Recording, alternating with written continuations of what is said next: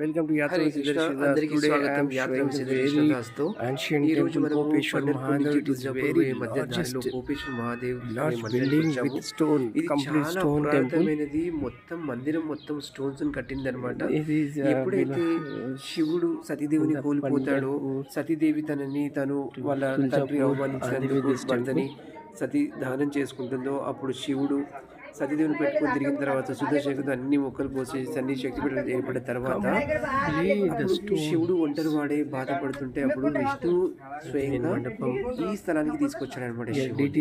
వాళ్ళిద్దరు కూర్చున్న ప్రదేశం కోపేశ్వర్ మహాదేవ్ కోపంతో ఉన్నప్పుడు తీసుకొచ్చిన ప్లేస్ అనమాట విష్ణువు.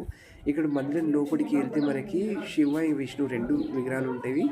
అంటే లింగాకారంలో శివుడు, ఒక సైడ్ విష్ణు యొక్క విగ్రహం లాంటిది ఉంటుంది.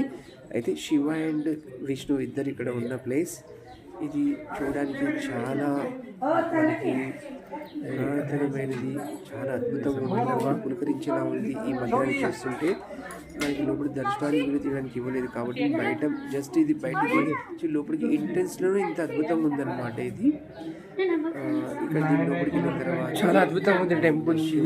కోపేశ్వర మహాదేవ్ దర్శనం జరుగుతుంది లోపల. చాలా పురాతనమైన మందిరము, మొత్తం పూర్తిగా రాతితోని కట్టింది, రాళ్లతోని.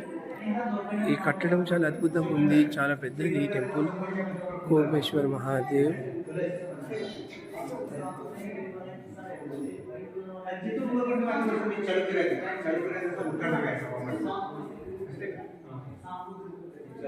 ఇక్కడ లోపల మనకి టెంపుల్ ఉంది, అందులో కూడా అలా ఉండేది దర్శనం చేయించడానికి.